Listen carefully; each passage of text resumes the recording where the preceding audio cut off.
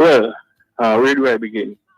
Romardo Lyons is a journalist, Mm-hmm. you know, a boy who has always wanted to be a journalist and is finally living that dream.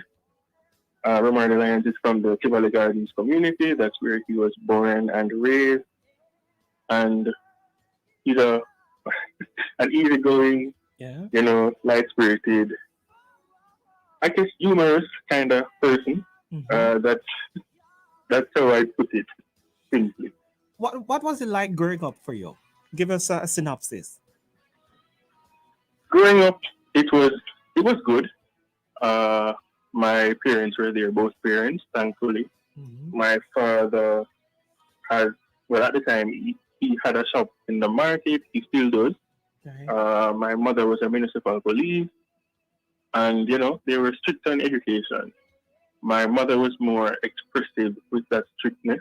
My Mm-hmm. father was strict as well, but he wouldn't really, show it like my mother would. Mm-hmm. So yeah, education was really important to them, and they ensured that all the necessary resources I would have needed to ensure that I would have received that education was there. Mm-hmm. So yeah, a good childhood, Yeah. uh, one where I was provided with everything I needed, no matter how difficult it was or stressful financially. Mm-hmm. I can never say that I was, what's the word? I can never say that I was left wanting anything. Right. Used to get enough beaten. Did you? I We get beaten 1 or 2 times, but I Yeah. was generally a good little youth. So Yeah. no what if I beat me? Yeah. No, you said you always wanted to be a journalist. Why? Yeah. Well, that career choice was inspired by you know the Tivoli Gardens incursion, which Mm-hmm. would have occurred in 2010.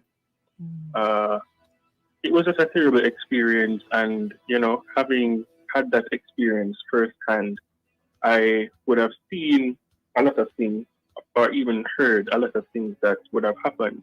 And up to this day, those things haven't been reported in the media. So, that was one thing that fueled that career choice. And even post incursion, a lot Mm-hmm. of things just happened in the community, in Tivoli Gardens and in inner city communities as a whole. Not just negative things, but good things. Youth who, achieve great things. But, Mm-hmm. there isn't any representation, for want of a better word.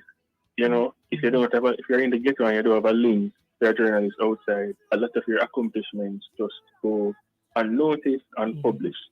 So that kind of thing made me feel like, I want to be somebody who can highlight what's happening in inner city communities and to show the world that it's not just about gun and violence and gangs and all of that. You literally have good people Right. who are born and raised in these communities. Right. And I read aspects from your story, and you're pretty much not ashamed from where you're from. People often say it's not where you're from, it's where you're going. Yeah. And I am particularly proud of you. I've seen some of the your publications, and I am quite proud. As black men, from a young man to a next young man, the world doesn't always expect us to strive and to survive, and some people expect us to fail and not accomplish. What do you want to say to the young men listening who are really going through difficult times and they're saying, boy, I'm from the ghetto and I can't manage, or I'm pressured by this peer pressure, or I don't have it and so I have to turn to the gun? What do you want to say to them? Well, for that question, Mm, what I say to them is, even during my younger years, a lot of opportunities were existent, and that has only proliferated now.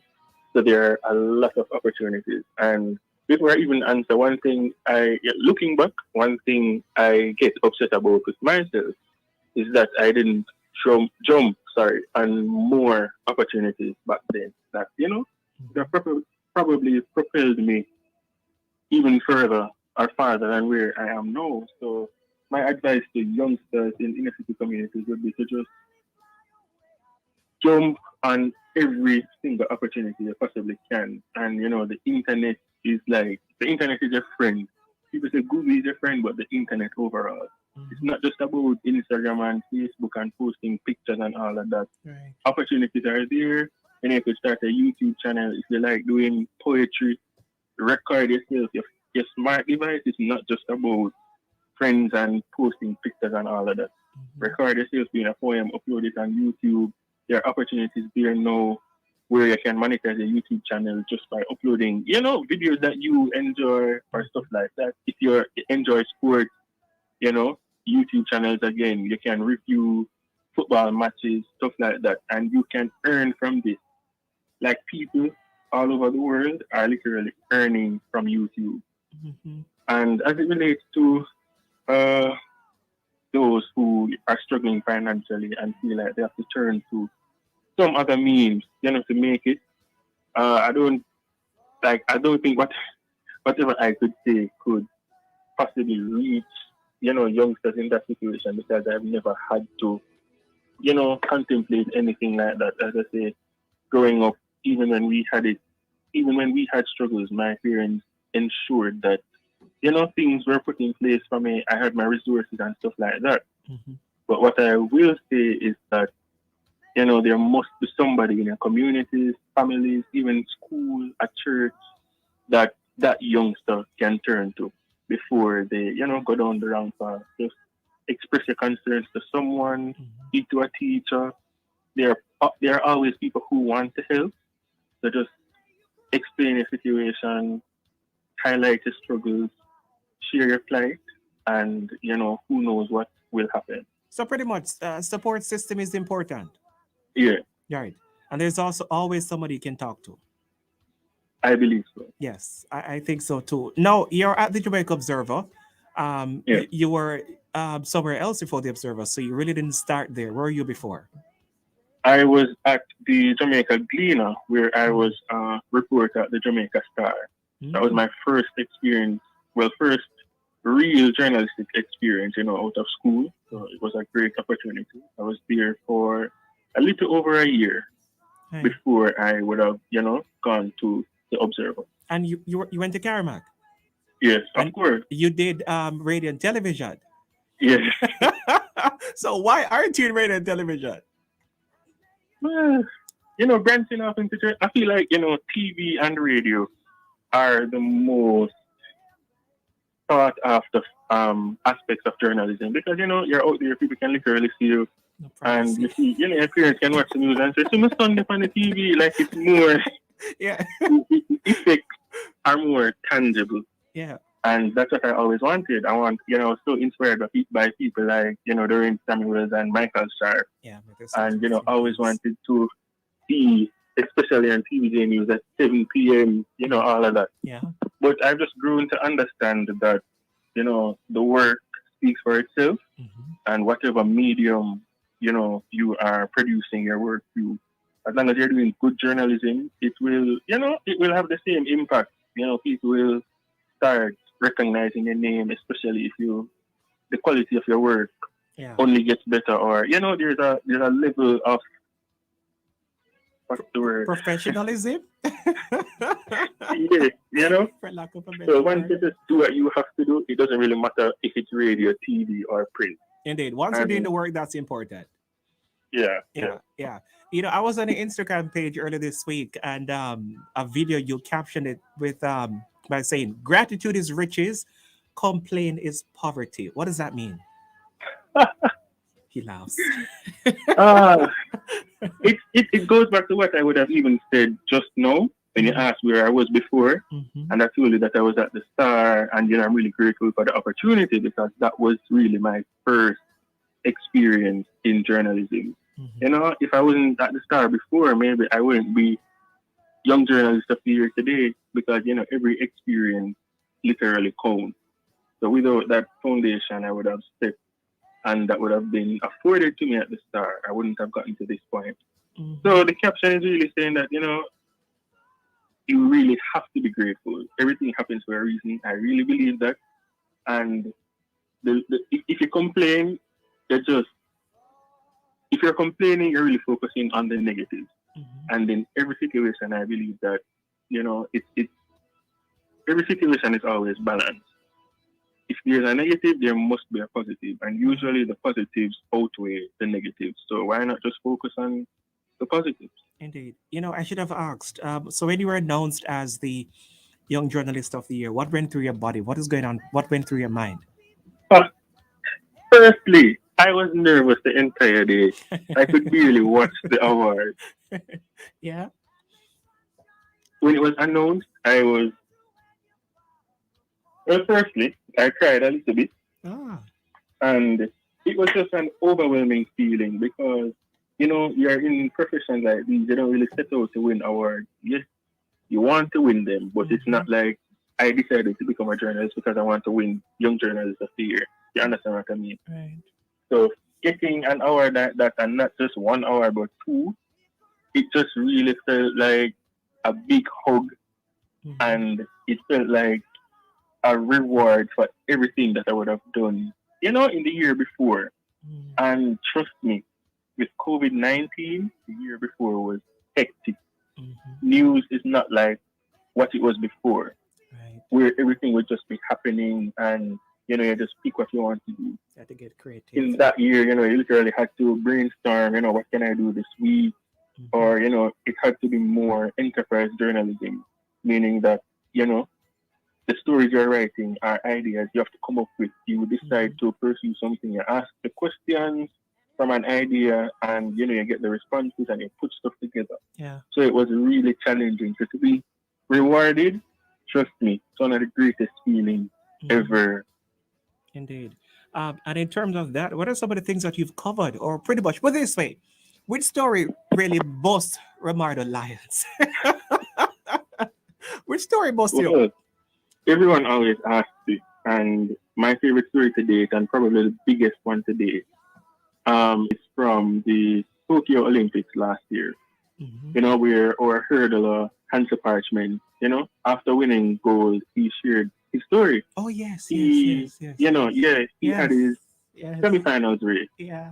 and something happened, and he ended up on the wrong bus.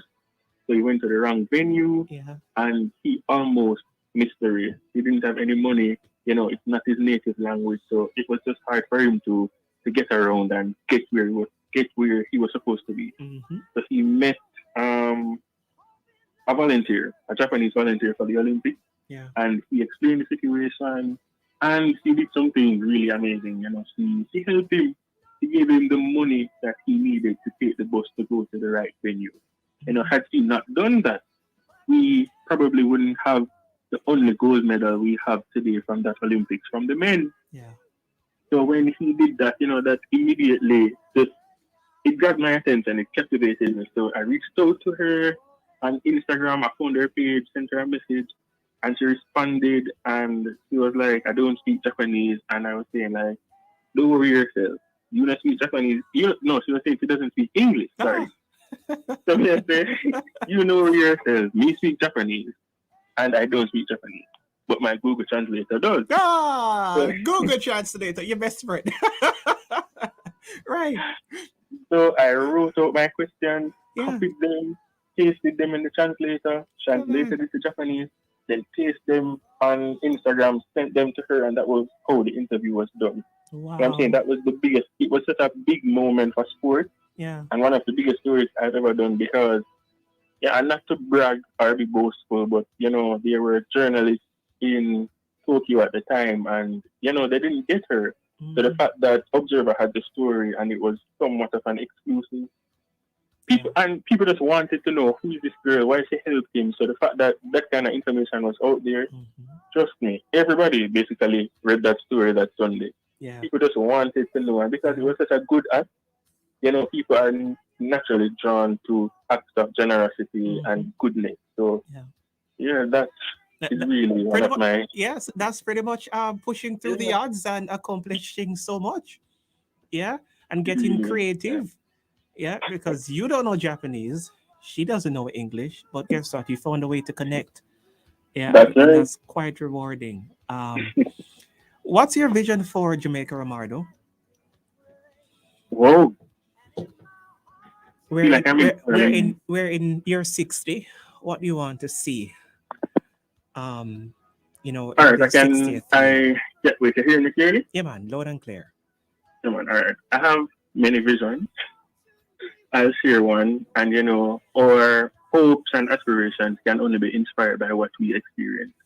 So Mm, my vision goes back to the inner city. That's where I'm from. That's what I know, and it is my hope that we can really get past this stereotype, the negative stereotype of inner city communities, mhm, where people believe that nothing good comes from the ghetto, or only a particular only particular types of people come from the ghetto. mhm, So, even with the young people who are from the inner city communities, and they are excelling, and they are, branching off into the different parts of their life, mhm, people look at them and say, "Oh, we can't believe that you come from Tivoli. We can't believe that you come from Denham Town." I don't think there's any way how, a Tivoli person, a Rima person, a Waterhouse person, a Denham Town person supposed to look. So mhm. it's like they expect to see the worst person, Right. and then I'm saying, "Oh, yeah, I expected that." So that Mhm, is one thing I really want to change. Stop expecting inner city persons to be a particular way, to look a particular way, or speak a particular way. And just mhm, know that some of the best people you'll ever come across in your lifetime are from the, inner city communities. mhm. So that's one of my biggest hopes for this country. Yeah, absolutely amazing. Can I thank you for sharing your story? I appreciate it. You Yeah. can. And I pray and wish you all the very best. Keep doing the good work that you do. Yeah, Come on. you have the support of all of us, and yeah, we salute you. Thank you. Come on. Likewise. And thank you for, reaching out as well. Very well. Big ups to our friend Kimberly Hibbert. Have a great weekend. Keep safe. All right. Very well. That's Roberto Lyons, the PAJ's Young Journalist of the Year 2021. Absolutely amazing young man, I tell you.